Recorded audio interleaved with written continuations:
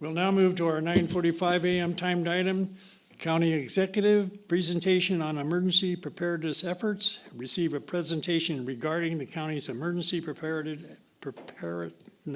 efforts. County Executive Officer. Thank you, Board Chair. I'm delighted to have the opportunity to present on this item and really to kind of highlight another outstanding Team Placer effort. We have an experienced multidisciplinary team comprised of County Fire, PCSO, the Sheriff's Office, OES, and others who are here today to provide a comprehensive review of evacuation planning and operations, especially concerning East Placer and wildfires. As Supervisor Gustafson noted this morning in her opening comments, this is a team truly to be proud of. They have executed successful evacuations for the county's large fires, which sadly we've had a few too many of in recent years. Both areas had similarities to what we face here in Eastern Placer. There's a strong leadership working on a number of fronts that you'll hear more about this morning, including a town hall that will be held here in Tahoe in mid-August, August 17th. Next slide, please. What makes Tahoe an international draw also presents some unique circumstances for emergency management response planning, as you can see noted here. I think we skipped a slide. There we go. Its topography, it's unique, weather and climate, our road and transportation network, particularly during these busy summer months, as well as the constellation of partners, federal, state, and local agencies that really, truly have to work together to get the job done. Next slide, please. Wildfire and evacuation is the most likely hazard to cause extensive evacuations in Eastern Placer. And I, for one, am pleased and proud to share the story of the truly impressive Eastern Slope Unified Command Training exercise that took place right here in Tahoe last week. And I trust someone can cue the video. We are a regionalized professional emergency services community. And we communicate. We know each other. We have built-in relationships, and we know each other, and we trust each other. I want the public to trust us, that we know what we're doing because we do, and have proven those capabilities in the face of the Mosquito Fire, the Caldor Fire. The evacuation process is a huge part of this type of training, especially with the unique nature of the Lake Tahoe Basin. The relationship translates to the population by really timely emergency management, which equals safety to the public. Whether that's timely communications, timely evacuations, it enables us to make better, faster decisions.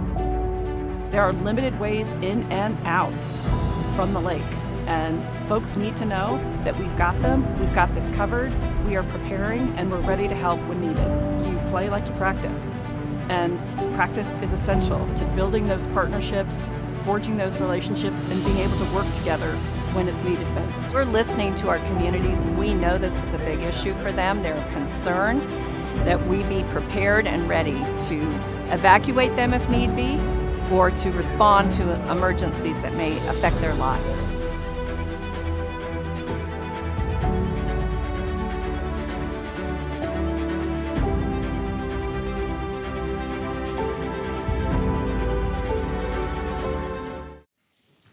Chief Estes. Well, good morning, Chairman Holmes and members of the board.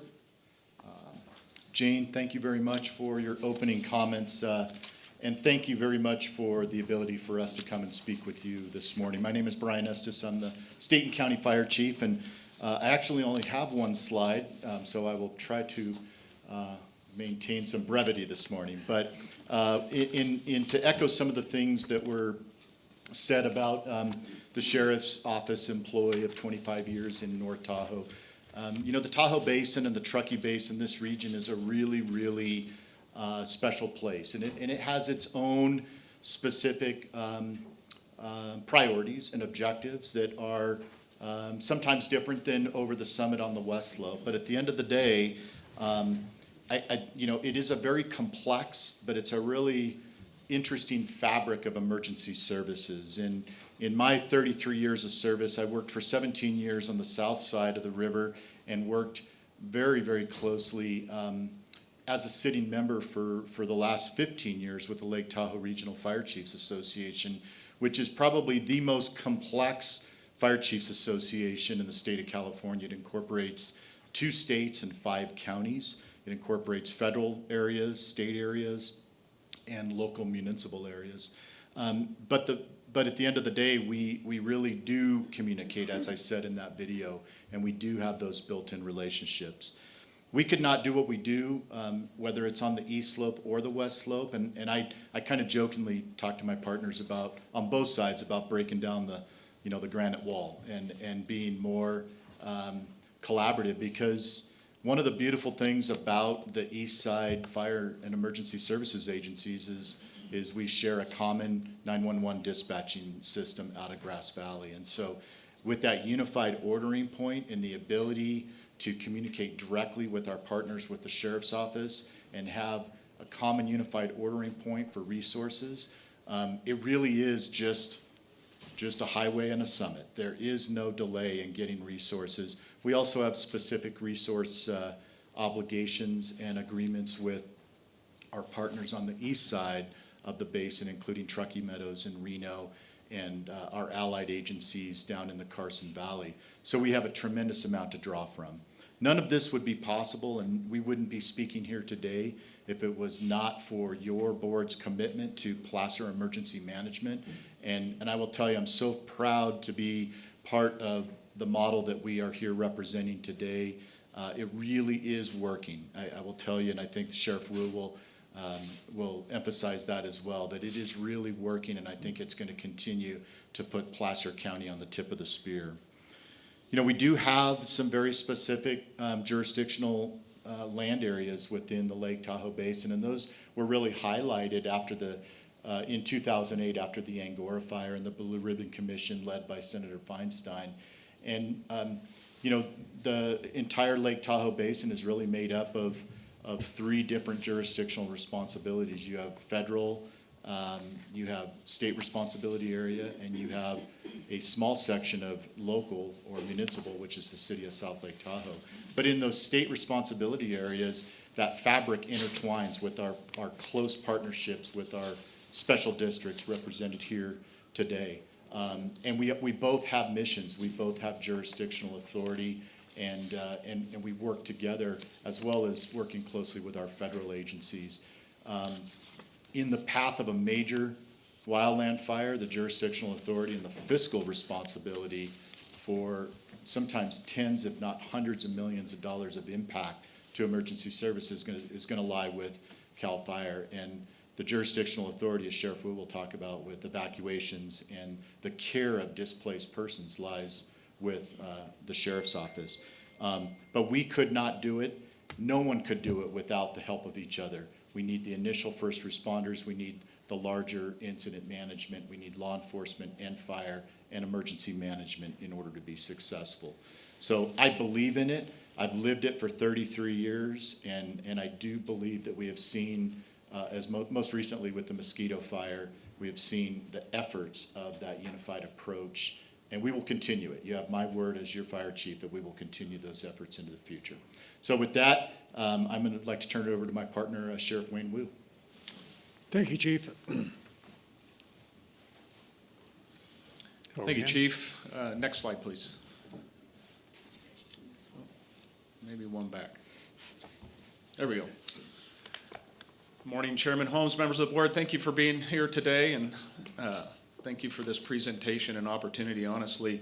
As I look over at the team over here to my left, I couldn't be more excited and more proud to be part of Team Placer.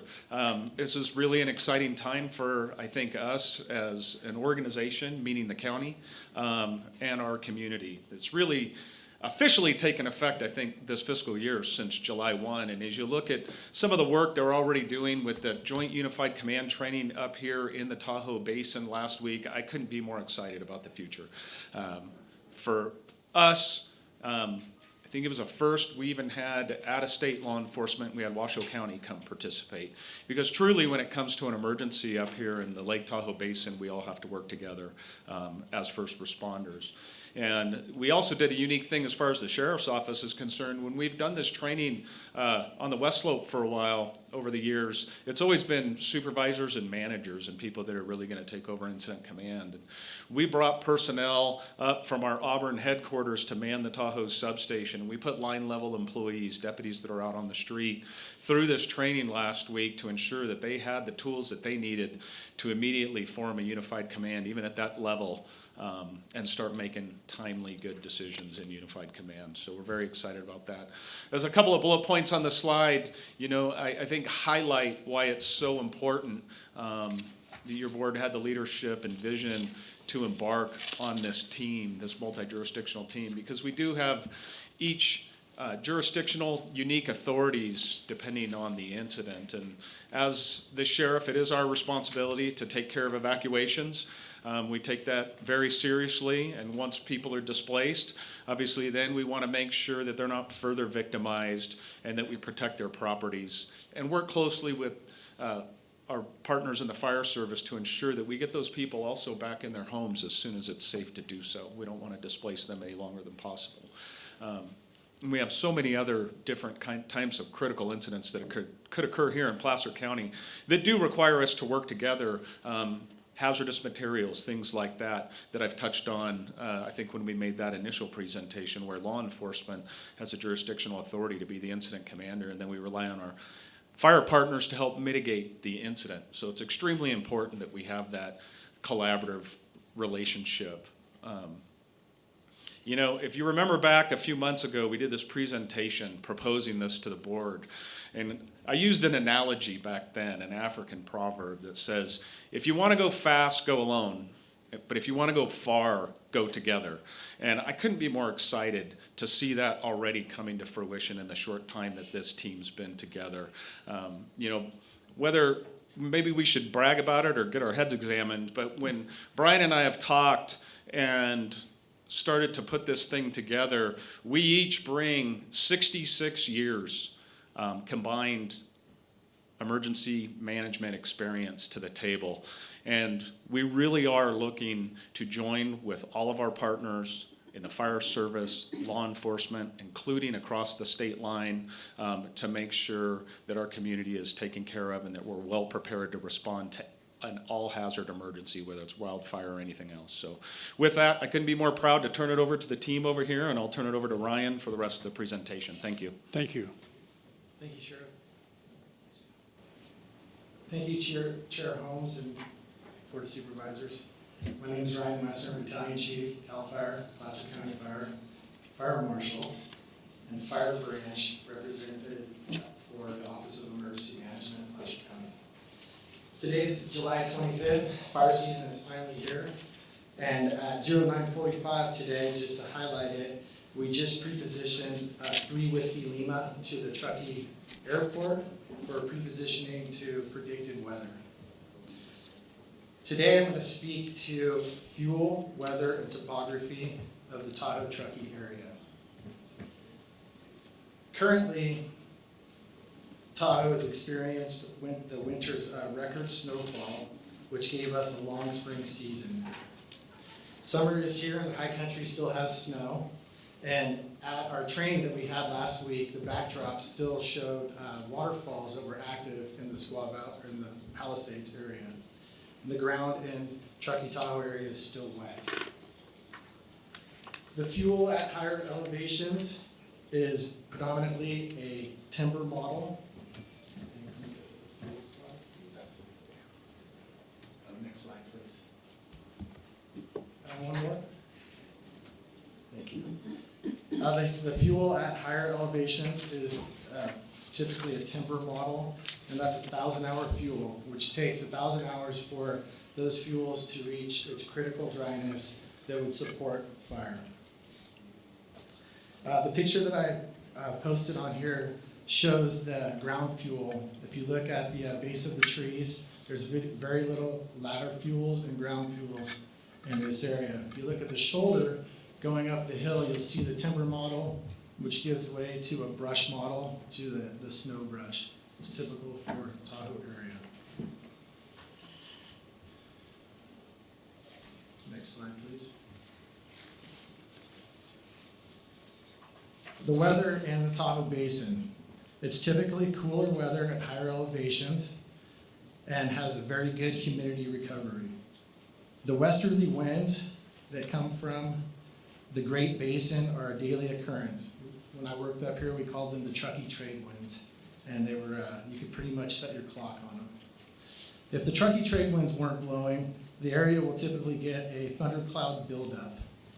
And with that buildup, there can be some lightning with it, but most of the time the lightning's accompanied with copious amounts of water. The biggest threat for this area is definitely the wind events. A sustained wind event can threaten the timber stands of this area. Next slide, please. Moving to the topography of this area. The lake level is about 6,000 feet, so at the 6,000 foot elevation, we break away from the brush model into the timber model, but from 6,000 to 10,000 feet elevation, the vegetation gets sparse and breaks away to a granite cap. The high peaks of this area give way to alpine valleys, and that's pretty predominant for the east slope. The west side, in comparison, gives way to the three forks of the American River, which have very steep drainages, which are highly vegetated. Next slide, please. Multiple agency response. A high dispatch in the basin supplies 8 engines on initial dispatch. Those 8 engines come from a collaborated effort with local fire districts and our federal partners. They come from CALFIRE Truckee and Carnelian Bay, the TMU Federal Forest Agency, the Tahoe National Forest Federal Forest Agency, North Tahoe Fire Protection District, North Lake Tahoe Fire Protection District, Olympic Valley, Northstar, and Town of Truckee. Next slide.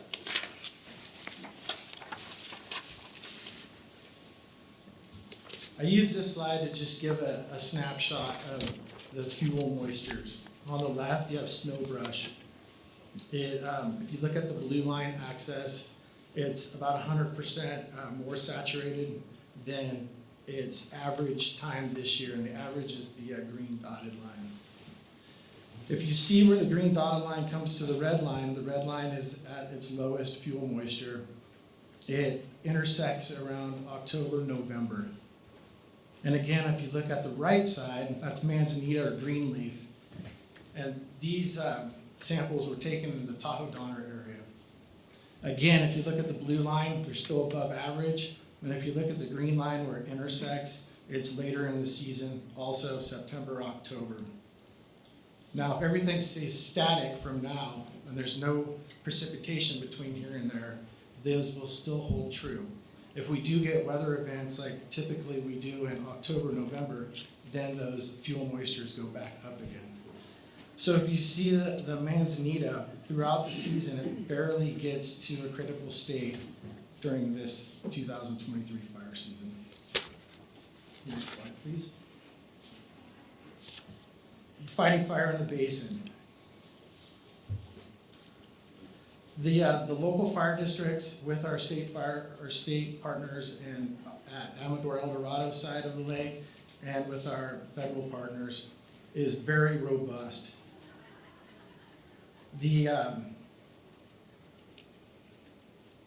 initial attack that we get is better than most of the valley communities with the 8 engines that are coming at the first 911 call. We also pre-position for weather events. So every day that there's a predicted wind event, or if we're in a fire weather watch, we will send engines and dozers up to the east side. And that's also including our 3 Whiskey Lima, the Black Hawk helicopter. Most of the time when we send these over, most of the public doesn't ever hear about them. We just send them up, they stay through the heat of the day, and they come back. If it's a sustained event, they'll stay longer. And that also is if we're at drawdown and we have our dozers that are assigned to other fires, we will have call when needed, or we will hire private dozers to come up and pre-position on the east side.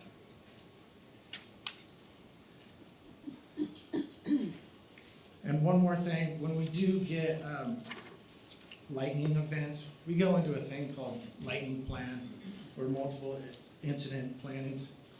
And what we do with lightning plan is it's pretty unique. We'll break up the areas into quadrants, and we get a map every day of any downstrikes that happen in the area. And with that map, they have GPS locations on them, and we can walk to each one of the downstrikes and investigate to see if there's anything holding fire or something that may pop up later. And that's just another use of our technology and our resources on the east side to keep fires at a minimum. And with that, thank you for your support with this model, and I'll hand it off to Lieutenant Myers. Thank you. Thanks, Ryan. So next slide, please. Chair Holmes, members of the board, Lieutenant Ty Connors, I'm the law branch for the Placer County Emergency Management. Next slide. So as far as our responsibility area for the Tahoe Basin, a lot of people want to know if when we do have an incident, who's going to come for their help? Who's going to come? And obviously we have our Placer County Sheriff's Office, East Slope, Tahoe Station. We work closely with Truckee, California Highway Patrol, and also any major event we'll have the West Slope obviously coming over to assist. But one thing that's also unique is the partnership that we've been building. We also have our mutual aid partners. We have Truckee PD, Washoe County Sheriff's Office, Dorado County Sheriff's Office, and Nevada County Sheriff's Office.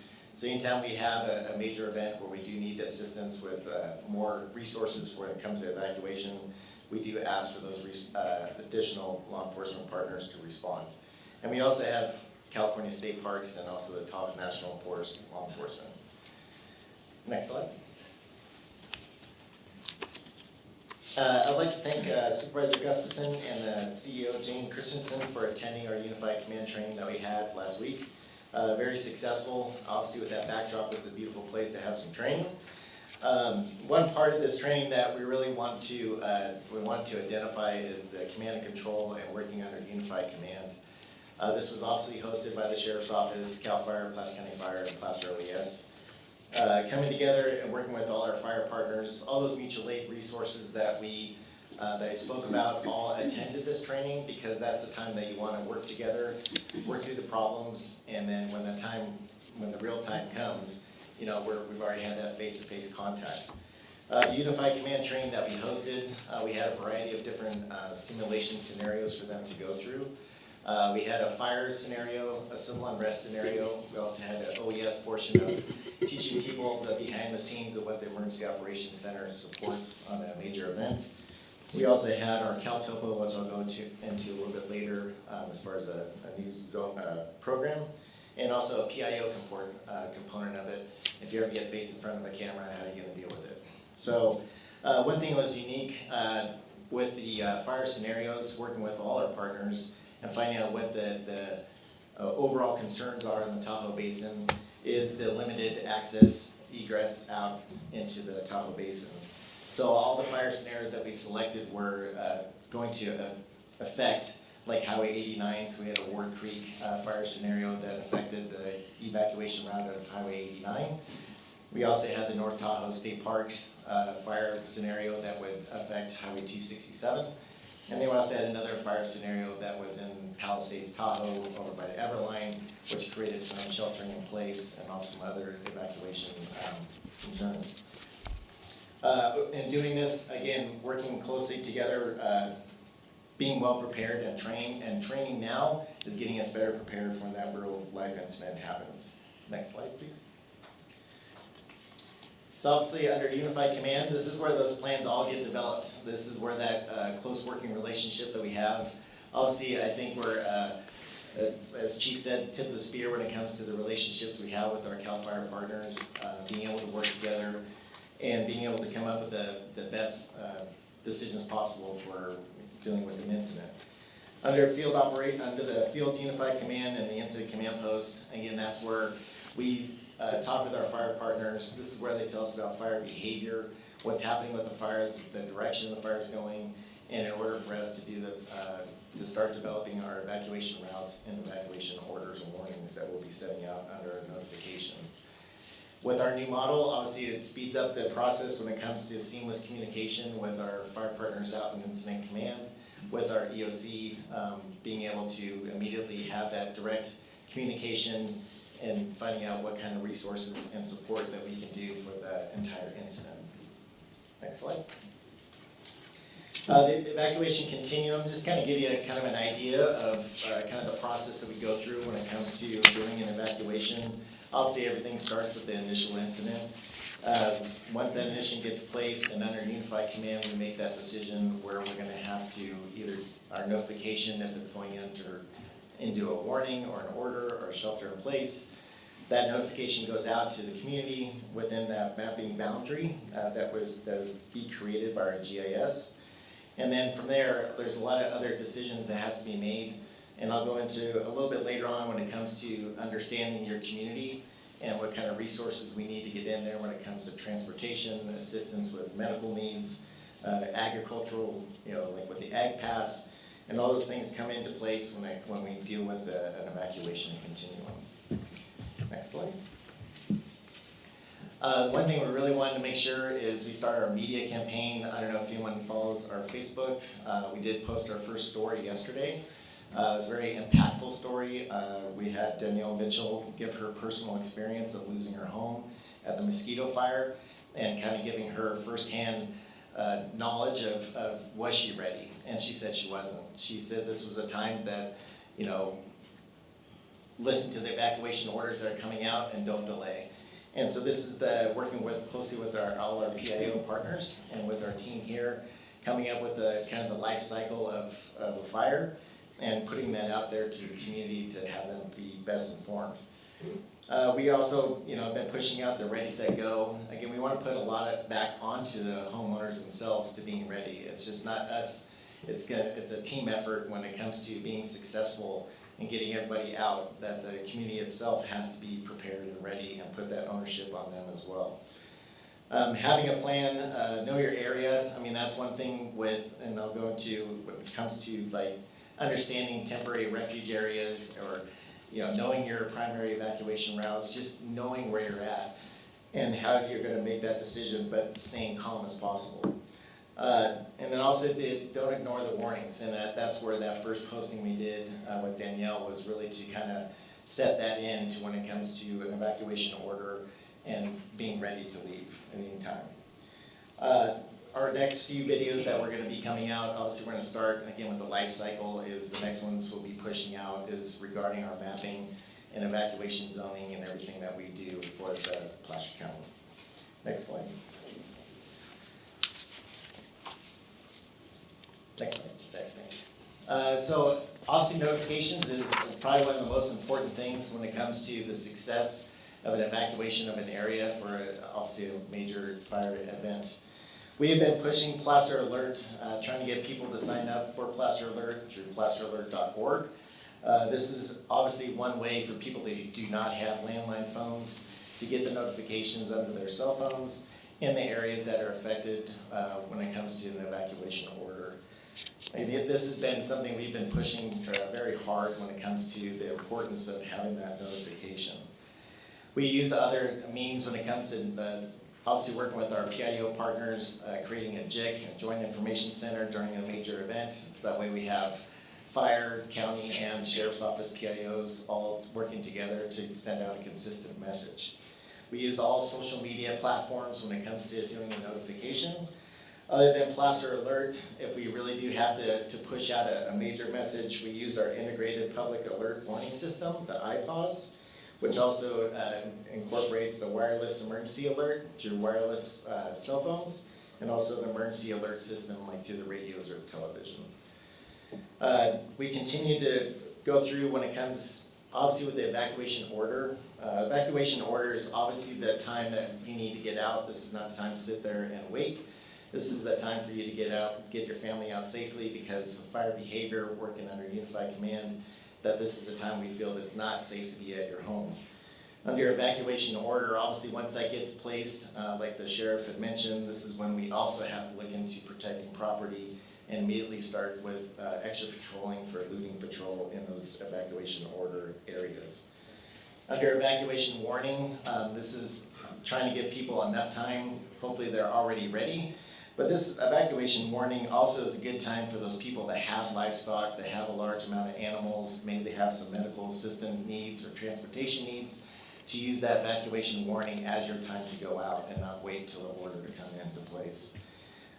Working with our unified command, again, we always try and look ahead as far as with fire behavior, and that's when we start building out our mapping when it comes to developing other warning zones, looking at for the future if we do have to go into an order. Shelter in place, obviously that is another decision that is made under unified command, or even the homeowner itself if they feel that they just can't get out, sheltering in place. But sheltering in place is that time, like with our scenario that we had at Everline. You know, Everline, the resort was getting evacuated and the evacuation route was getting cut off by the fire, so the entire Palisades community was basically asked to shelter in place because that was the safest way to deal with the situation at the time. The last result is that temporary refuge area. This is the last case scenario where all evacuation routes maybe are cut off and you just have no way of getting out, and that's knowing and understanding your community and your area. Like Tahoe City, you have the golf course, or you have the beach fronts, and you have a high school with a large football field. This is the kind of spots you need to go to that are open for you to kind of wait out the front of that fire to get, basically for you to wait to get out safely at a later time. But again, that is a last ditch effort. With all these things, when it comes to all the evacuations, keeping the public notified, Ready Placer dashboard is probably one of your best stop shop when it comes to knowing and understanding the incident itself. This will give you all the maps that are being developed. This will give you the fire, what's going on with the fire, all the resources that are going in, and plus Ready Placer dashboard is probably the best place for anyone to get information in regards to an incident in Placer County. We also work with 211, the connecting point. That has been a very valuable tool with us when it comes to giving the community another avenue when it comes to getting information. Sometimes they don't know exactly where they should call, and 211 is an easy number to remember. And they can call 211, get information about the incident itself, they can get some resources, and also they start collecting data when it comes to medical needs or other stuff that we can help out with. And we use 211 quite extensively during the mosquito fire. And then as far as the last thing is, when we go, the biggest part of when an order is people don't realize that we actually will go door to door in an evacuation order. We use a lot of resources, again, working under unified command, making sure that we have enough resources going in, and hearing the high-low siren. The high-low siren is not just a different siren that we use every day. It's the only time that we'll ever use that is during an evacuation order for going into a community. We're doing it to get you out. And so if you hear that and you haven't got any phone calls, but you hear that siren coming, we're coming to tell you you need to leave. And we will actually go through door to door, making sure that we do the best we can to try and notify everyone in that affected area. Next slide. One thing I'm actually very proud of with our team and also working with our PAOs is how do you notify people that are visitors, vacationers in a beautiful place like Tahoe, and you have the Tahoe Basin, is how do you get them notified of emergency? You might have someone vacation here for a couple weeks, and so when we do have a major event, how are we going to get that notification out there to them? So with our brainstorming idea, we're coming up with actually contacting all the different counties surrounding the basin and working with their OES teams, is we want to create a map that can be easily accessible. We're thinking about printing out at bus stops, Airbnbs, flyers, hotels, anywhere they can, but basically it's getting people to stay connected in Tahoe. This map will have a QR code that you can click on with your phone, and you'll be able to find out where your location's at within the Tahoe Basin, and it will refer you to that emergency notification system. And that way, again, we can ensure that Tahoe Basin is the best we can when it comes to notifying those people that are visiting. I think again, it's a great proactive response that we're doing, coming out of this team, and just taking it on, knowing and understanding the Tahoe Basin and how hard it is to deal with obviously a transient population like that. Next slide. This is probably one of the biggest questions we ever get when it comes to evacuation zones and mapping. Why doesn't Placer County use third-party evacuation zone software? And there's several reasons, but one of them is, the biggest question is why we take ownership. It's coming from our agency. It's coming, we have a very, when it comes to the GIS, we have the county GIS, we have the sheriff's office GIS, and we have people that are directly involved in an incident as soon as it occurs. We can develop maps and be more surgical and precise with our mapping when it comes to the fire behavior. When it comes to some of the pre-zoning, again, fire behavior dictates the zones and the areas that we're going to evacuate. And sometimes with that pre-zoning, when you have a fire incident and it might be touching a small portion of that zone, that whole zone is getting evacuated, which then in turn creates more on our end when it comes to dealing with the mass amount of, we try and evacuate in a systematic way and not just everyone at once, because we're trying to limit congestion and getting everyone out systematically. So having the capabilities of having our GIS specifically for the sheriff's office, working directly with our unified command immediately, this allows us to be, again, more precise when it comes to developing our mapping. The maps that we get developed will immediately get placed on the dashboard, and so people know and understand what are the affected areas. And also, when it comes to having us doing it, it's internally created. It's not created by a third-party person or a company that's not even within Placer County, and the quality control that we can control that as well. When I was in the Coast Guard, they had a motto, Semper Paratus, and Semper Paratus means always ready. And we want the community to understand that just because we don't have our pre-zoning or any of the stuff that we have, that we are always ready to handle any situation that's happening within the county, but also putting it back on the homeowner itself, that they always have to be ready at any time during a fire season, is to being ready to leave at any given time. The other things that we have going with us as well when it comes to our mapping and zoning, we are working on a pre-incident map. It's hard to see, it's the far one on the right. We actually have some that have been developed in Colfax, Applegate, and Forest Hill. The pre-incident maps is probably one tools that we use extensively during the mosquito fire and the river fire. How these maps are developed is that we use a collaboration effort with all our partners, with Public Works, California Highway Patrol, the Sheriff's Office, or any other jurisdictions, fire districts. They all have basically are putting input and data into this pre-incident map, and they're identifying infrastructure, places that we need to be concerned of, high density population areas. They are identifying temporary refuge areas. And that way, if anyone that's coming from the West Slope has never worked in Tahoe, they can break out that map, and they know where if the fire is going into a location, they can automatically see what kind of things that they have to deal with and to help them in their decision-making process. We are currently right now developing the pre-incident maps for the Tahoe Basin.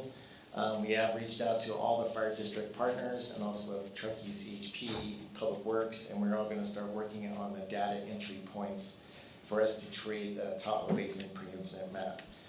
Another tool that we've been using, and I said during the training, is the CalTopo or SARTopo. This is what we use extensively during search and rescue, but we have found that it's a very useful tool when it comes to using that during a major incident. We are able to create a map immediately out in the field when it comes to boundaries with our incident command and our unified command. But when people are responding to this, with it comes to allied agencies or the sheriff's office, when you're doing the evacuation orders, they immediately can sign on to this map, and it's a real-time map where we can identify everyone where they're at in the map when it comes to law enforcement, so that way we can oversee what's going on and where they're at within the incident. But they also can start notifying and marking, checking each house that they go to. They can notify if it's a refusal, if someone's left, or there's no answer, we can identify that on the map real time. So that way, if the fire's coming in and we have some refusals, we know and understand where they're at. Again, this is just a better way when it comes to command and control of this incident. We also have adopted Ladris. Ladris is a AI kind of software that helps out with what do you want to call it, not contraflow, but basically the traffic flow. We can put in our primary evacuation routes. We can put in the population of that area at the time of year. Say Tahoe City during 4th of July, we can put in 40,000 people. And we tell that the primary evacuation routes are 289 or 267 and 89. This program will actually run and find out where all the choke points are at and what the total time it'll take to actually evacuate that area. And so it's a really good program to help us with developing a good evacuation route and plan when getting to people out safely. Next slide.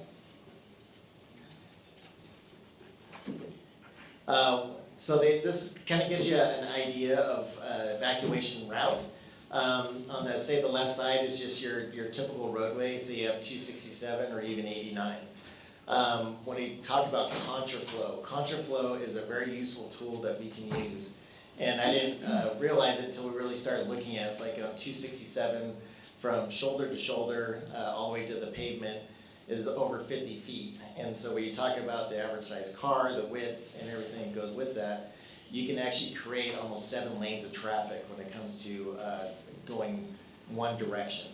Obviously we got to have a lane for emergency traffic, so the one on the right kind of gives you an idea that we can now convert a 2-lane roadway into a three lanes one way with an emergency lane of traffic. And if you think about it, 3 lanes to 4 lanes, that's I-80, and how many people can travel on I-80 getting out? 267 actually is a very good when it comes to contraflow because there are arterial roads leading in. That's just less traffic control points that we have to deal with. But again, this is where we work closely with our partners and making sure that we have traffic control points in place, and that way we can control the amount of traffic going out in one direction to safely get everyone out. And then when it comes to, and that like I say, the contraflow is probably one of the things that people don't really realize how much we can control a situation when it comes to those traffic control points and getting people out safely, especially when you have a minimal amount of routes out of the Tahoe Basin. Next slide. So repopulation obviously is another process that it takes when it comes to, ultimately we want to get people back home, and we want to do it safely, we want to do it systematically. Again, a decision that's decided under unified command, and you hear unified command a lot, and that's why we train a lot in it, because that's where a lot of decisions are being made. When it comes to the repopulation, again, we work with all our cooperators. We get all the liaisons through utilities, building departments, HHS, road department, and we all have to be on board before we actually do any type of repopulation of anyone. Because the worst thing you want to do is when you evacuate and then you repopulate and then you have to evacuate again. So we don't want to do that twice. So that's, again, working closely with our partners and making sure before we send anyone back in that it's safe to do so. We also work with, on the repopulation with all our partners, but also, helping the community out with any needs that they have. You have the COAD up here in Tahoe. We've been working closely with them, the community organized active disaster groups. They have the close connections with all the nonprofits and everything up here in the Tahoe Basin, and we have been working with them, with our team, and building those relationships with them, so when we do have that repopulation or when people are displaced, that we'll be able to help them out as much as possible. Next slide, please. So with that being said, with our training, we've tested our capabilities, our training, our experience, our overall planning, our GIS mapping, and our unified command. Our successes have been tested with the mosquito fire and the river fire. And with that being said, in the mosquito fire, we evacuated over 11,000 people, almost the whole entire Forest Hill Divide. The river fire, a fast-moving fire, we evacuated over 6,600 people out of that burning fire. With that being said, with all the experience and training that we've had and working together closely as a team, our training has proven to be very successful. We had no injuries, we had no deaths, and during those two major fires. And we just want to ensure the citizens of Placer County that we have their backs and our training, and like Chief said, we want them to trust in our decisions and knowing that we're making the best possible decisions to keep them safe. Thank you. And I'll turn it over to Dave Atkinson. Thank you, Lieutenant. Next slide, please. One more. Here we are. So as we wrap up our presentation, we just wanted to touch on a few other really important points related to this. Of course, you've heard a lot today about what happens when those bad things happen and it is time to get out. But of course, we're all working very hard across all levels of government and the private sector and in the community to mitigate with the intent of, if that bad thing does happen, that we don't have to leave, or that if we have to leave, we can do it safely. And so there's a really long list of things up there. Your board's been incredibly supportive across the board at our efforts, whether it's the Defensible Space Pilot Grant Program, the CHIPPR program, of course, our other partners, probation, across the board, all the different things that we've been doing, the Fire Safe Councils, and you just heard even just a couple of meetings ago about a grant that we got to kind of take care of our own houses, if it will, in terms of our county-owned properties and making sure that those are properly taken care of. And this is obviously a regional issue, right? I understand this will be a topic of conversation at TRPA tomorrow because this is such an important topic. And really part of the reason of that is that current science says that mitigation dollars save about $6 in response. So as you can imagine, and I think Jane just presented on this at her workshop not too long ago, $150 million plus for the response on the mosquito fire. And so if we can take even just a portion of that funding, put it towards mitigation and keep from having to do that, we're all better for it. Next slide, please. So another point we wanted to make, of course, we've been very focused on wildfire during this presentation because it is the top hazard in the Tahoe and the Eastern Placer region, but it's not the only one.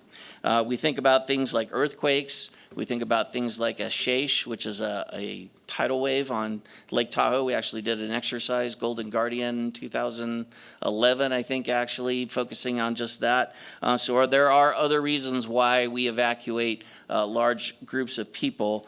And as mentioned, because of the dynamic and the unique landscape of all of the different partners, depending on the issue, the thing that's driving the need for evacuations, we'll have different people in the mix and different groups will have jurisdictional authority.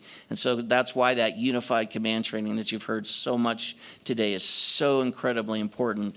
And the fact that we don't just have a couple of partners, but try to have them all, because any one of them could find themselves in that group at any given time. Even just today, for example, we have 30 students down at the Emergency Operations Center taking Incident Command 300 class. We've got a great mix of folks from roads departments, our city partners, and so we'll continue training in those ways. Next slide, please. And then, of course, so important to continue our outreach efforts and being able to link up with the new North Lake Tahoe specific website. We're continuing to push content there. The video campaigns that you've heard about today, we've been fortunate to be invited to some of the NTCA events, and we'll continue to represent at those. You, of course, heard about our COAD, very unique actually for this area. It's a partnership between Placer County, Nevada County, the town of Truckee, and the Truckee Tahoe Community Foundation all came together willing to fund a full-time position to have an executive director because we feel that that group is so incredibly valuable, not only in the mitigation, but also in our outreach and being able to really touch and contact those groups that we often, unfortunately, don't have the best ways to communicate with. And with that, I'm going to turn it over to Stephanie with our CEO Tahoe office to wrap things up. Great. Hi, Stephanie. Thank you, Dave. Thank you, Board. Stephanie Holloway, your Deputy CEO. I get the pleasure of closing this item today. So a lot of work, a lot of passion has gone into presenting and putting together this education for your board and for the community, but also, as mentioned many times, the training and just the overall preparation to be ready in the region. And so I just want to take a couple minutes to close this from a local perspective.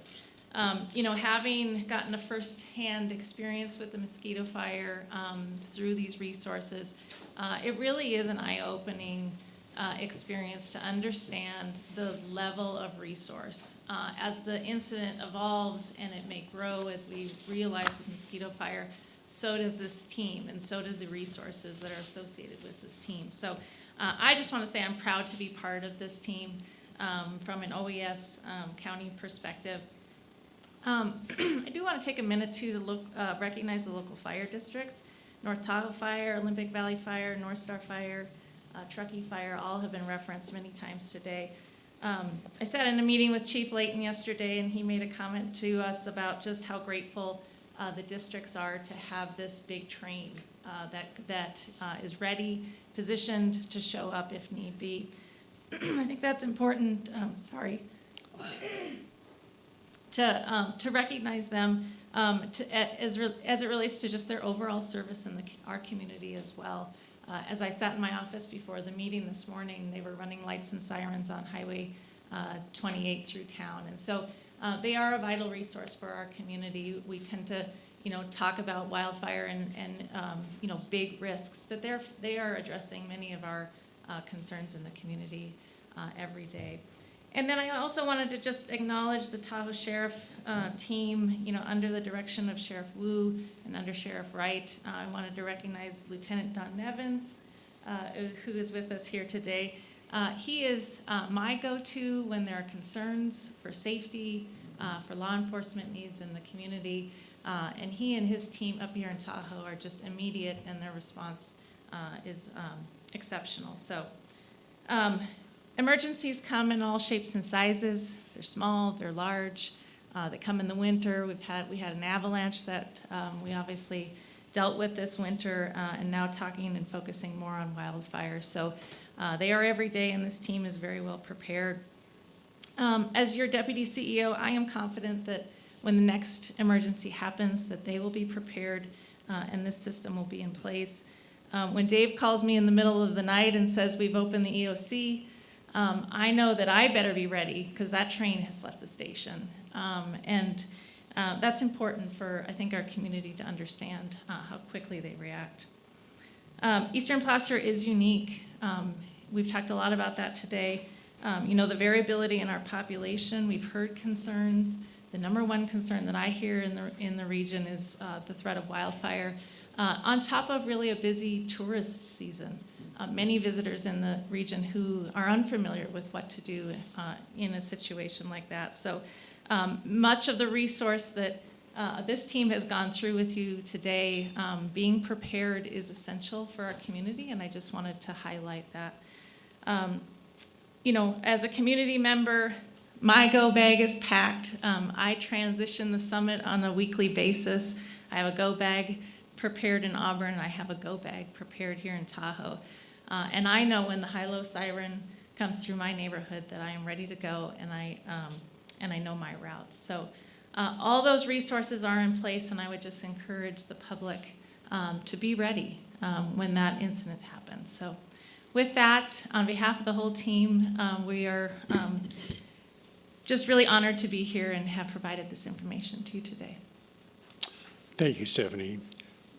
I just want to thank the Sheriff's Office, Sheriff Wu and your team, the County Executive Office under Jane Christensen's leadership, and Chief Estes and his team for bringing this forward. It's very critical in these last several years of changing weather patterns and changing weather events. It's critical to have this kind of preparation. The Unified Incident Command, I've seen that out in North Auburn.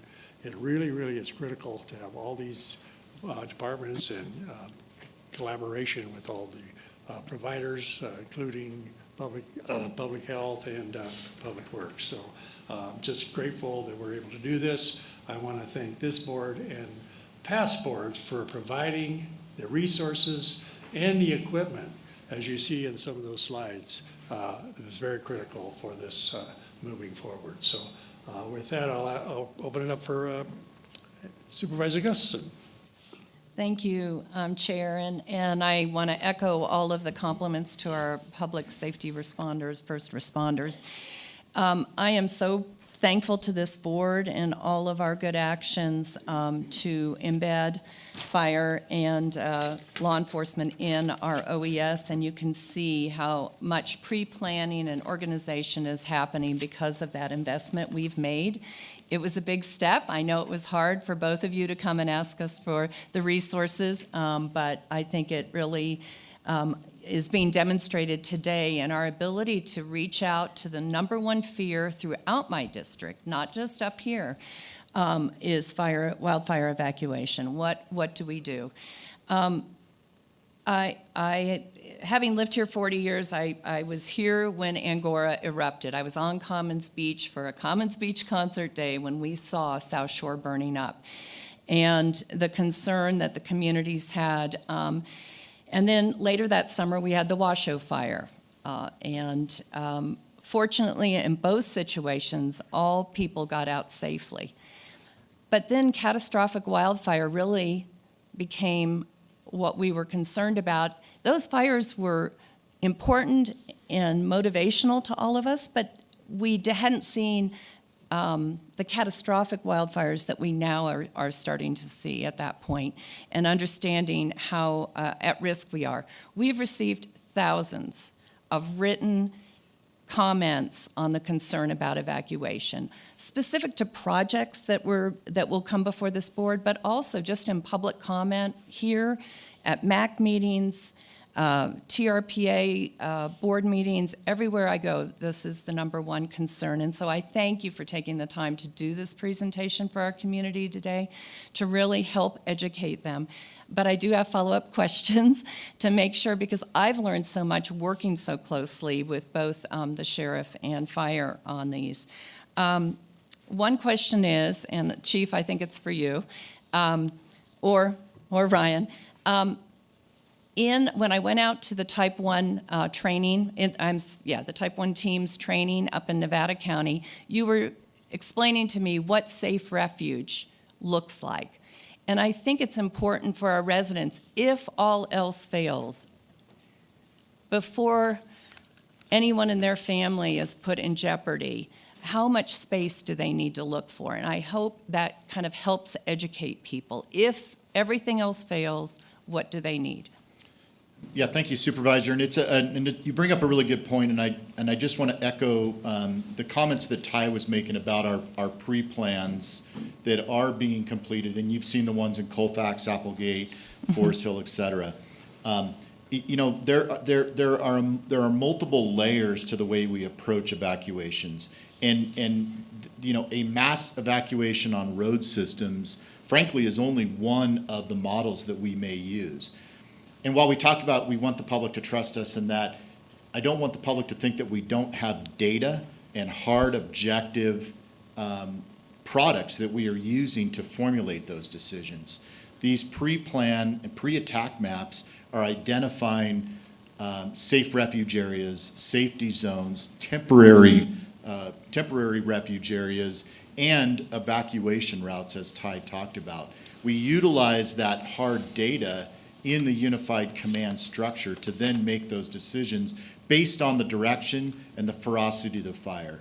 I think the one thing that we just can't do is make a decision before we can actually use the expertise at the back of that command vehicle to know what is happening at that moment. The last thing that I want to do, or the sheriff wants to do, is put people in harm's way by making a decision prior to analyzing the fire behavior, the fire direction, and the ferocity of what's going on that given day.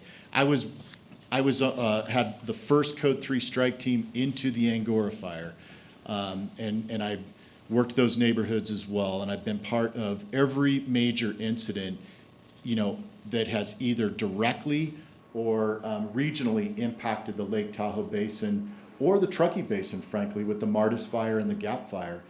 And no two fires over that 15 or 20 year period behaved the same, burned the same, acted the same. The weather was different on every single one of those fires.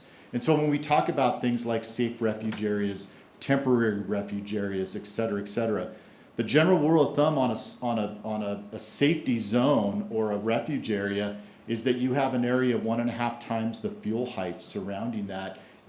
In essence, where you could stand there without any protective nature and survive an oncoming wildfire. And we do have areas in the Lake Tahoe Basin. The area we were training at last week in Olympic Valley, the multitude of airports, South Lake Tahoe and Truckee, are good examples of areas that could provide temporary refuge areas or safe refuge areas if the decision is made to shelter in place versus evacuating through major roadway systems.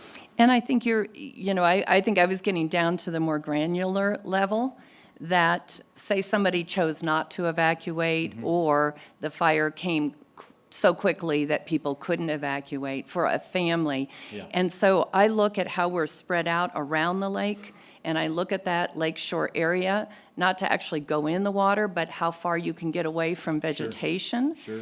And, if people had to, that is a place that people could go, or to golf courses, or as you mentioned, the high school ball field. I know for decades we've talked about evacuation of North Tahoe High School and where we would put folks if the kids got trapped because of an incident. And I think it's just so important to keep using common sense and for people to have, kind of that's the worst case scenario. Right. And then I think when I watched the mosquito fire and being up there at Forest Hill Fire Station as the decision was made to start evacuating because of what was occurring with the fire. And I think for people up here, often we don't know the roads in other parts of the county. I hadn't been out to Michigan Bluff until I went, unfortunately, after the fire had destroyed those homes. River fire, same thing. I had not been on some of those roads in Colfax. How narrow they are, how they are one way in, one way out. They're narrower than many of our roads here and more treacherous than our roads up here. And I think it just, I have such confidence because of what I've witnessed with your professionalism and training and how you handled those situations, that I'm doing my best to convey to the community, but you're the experts, and I so appreciate you being here to do that. But I think in those incidents, the way you took command of those roads and controlled access was really reassuring to me that it isn't going to be this flood of millions of visitors jumping in their cars, getting on the road, and being stuck in the kinds of traffic we see, sometimes day to day, sometimes right now because of construction on gas mains, and some days just because of peak tourism.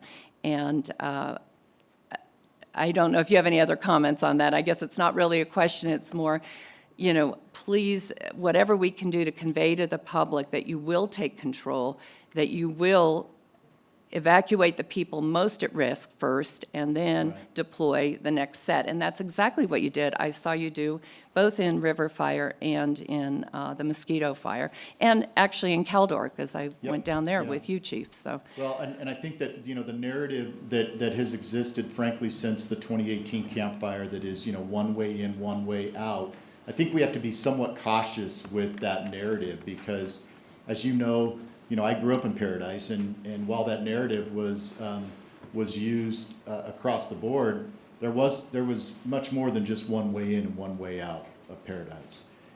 I would say that that the Lake Tahoe Basin, and I include the Truckee Basin in that because it's so intertwined, has a lot of multi-layered options for the protection of our citizens and residents up here, and that includes controlling traffic on a multitude of our roadways around the basin, but it also includes the golf courses, the airports, the resort communities, and frankly, a lot of beachfront property that could allow opportunities for a temporary refuge area.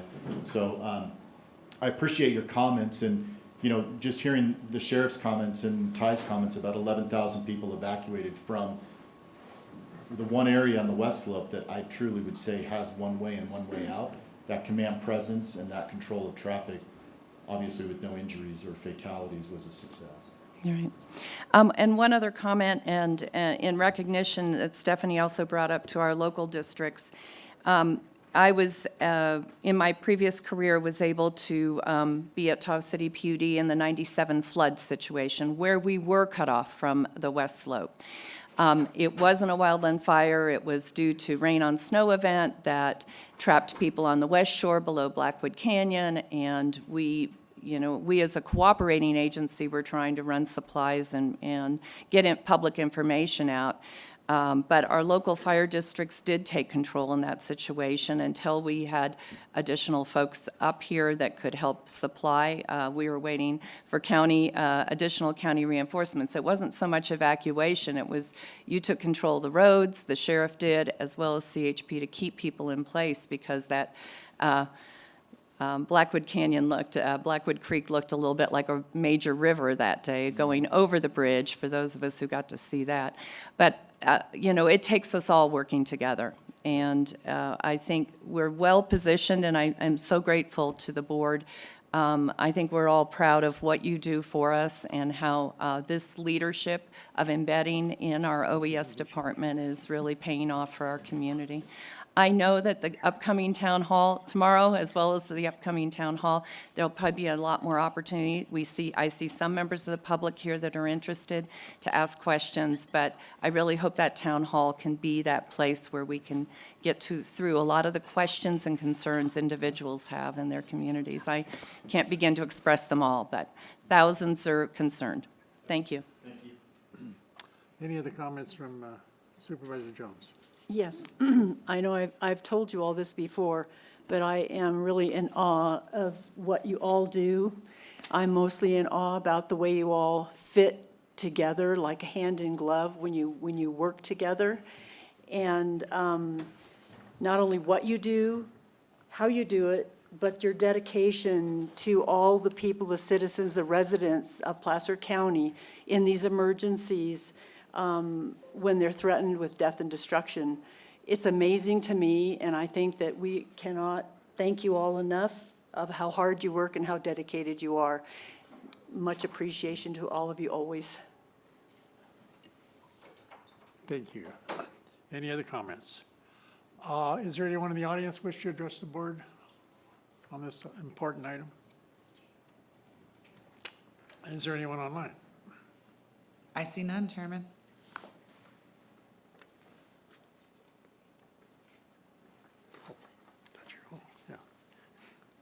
All righty, thank you, everyone. That was very detailed presentation. I feel comfortable. And now we're going to take a 5-minute break.